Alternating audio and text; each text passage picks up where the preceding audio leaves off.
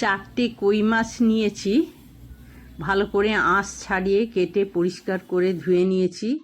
এবার নুন হলুদ মাখিয়ে নিলাম, ভালো করে নুন হলুদ মাখিয়ে নিয়েছি। দেব পেঁয়াজ, আদা, রসুন, কাঁচা লঙ্কা, জিরে, ধনে। জিরে, ধনে, কাঁচা লঙ্কা একসাথে পেস্ট করে দেব।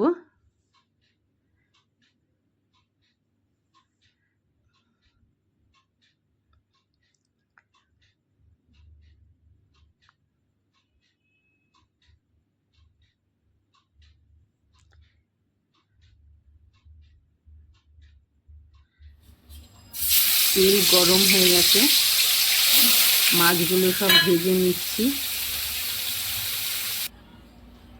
মাছগুলো ভাজা হয়ে গেছে, হালকা করে ভেজেছি। এবার গরম তেলের মধ্যে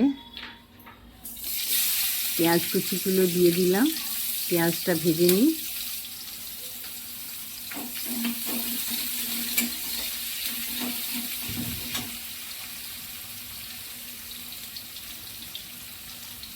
রসুন কুচি দিয়ে দিলাম।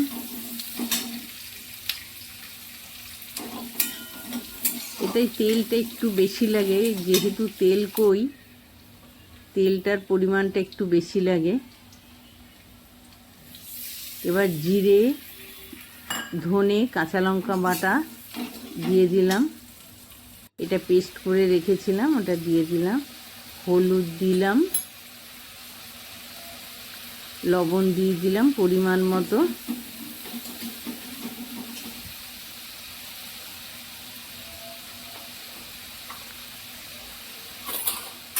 এবার এই মশলাটাকে ভালো করে ফুটতে দিলাম।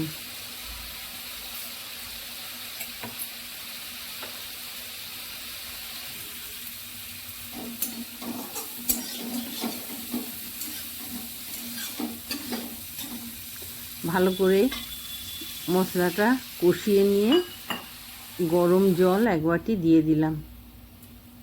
এবার আদা বাটাটা দিয়ে দিলাম, আদা বাটাটা পরে দিলাম। আদা বাটাটা ভালো করে ফুটিয়ে নিলে একটা সুন্দর গন্ধ আসে, ভালো লাগে খেতে।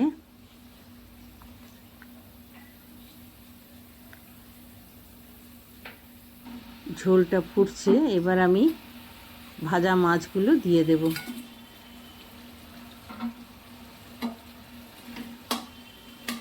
ভাজা মাছগুলো ঝোলের মধ্যে ডুবিয়ে দেব,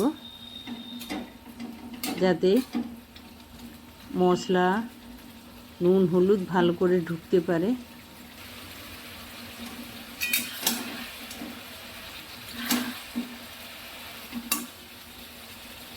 এই তেল কই খুব পুষ্টিকর, খেতেও খুব ভালো। গরম ভাতে তেল কই ভীষণই ভালো লাগে। ধনে পাতা কুচি দিয়ে দিলাম একটু। হয়ে গেছে আমার রান্না। এবার আমি অন্য পাত্রে এটা ঢেলে নেব। তেল কই রান্না করলাম।